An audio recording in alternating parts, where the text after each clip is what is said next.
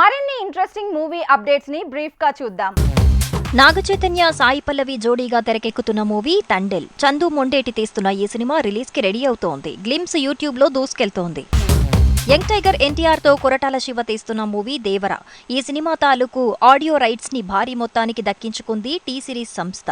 ఇక OTT rights ఏకంగా 150 కోట్లు పలికాయని తెలుస్తోంది.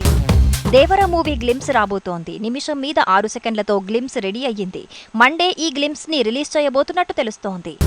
గుంటూరు కారం మూవీ ప్రీ రిలీజ్ ఈవెంట్ వాయిదా పడింది. దీంతో ఈ సినిమా ట్రైలర్ ని కూడా వాయిదా వేశారు. వేదిక విషయంలో క్లారిటీ లేక, అలానే పర్మిషన్ రాక ఈ ఈవెంట్ వాయిదా పడిందట. ఇక గుంటూరు కారం ఈవెంట్ మండే జరగొచ్చని తెలుస్తోంది. ఈ ప్రీ రిలీజ్ ఈవెంట్ కి పవన్ కళ్యాణ్ చీఫ్ గెస్ట్ అన్నారు. ఏదేమైనా సండే రోజు ఈవెంట్ ఉంటే సైంధవ్, హనుమాన్ ఈవెంట్లకి కూడా ఇబ్బంది అంటున్నారు.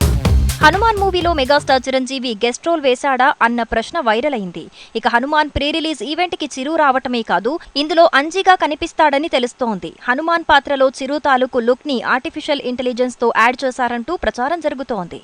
సలార్ మూవీని స్పానిష్ భాషలో రిలీజ్ చేస్తున్నారు. మార్చి 7న ఈ కొత్త వర్జన్ రిలీజ్ కాబోతోంది. ఫిలిం టీమ్ అనౌన్స్ చేసిన ప్రకారం సలార్ స్పానిష్ లో రావటం కన్ఫర్మ్ అయ్యింది.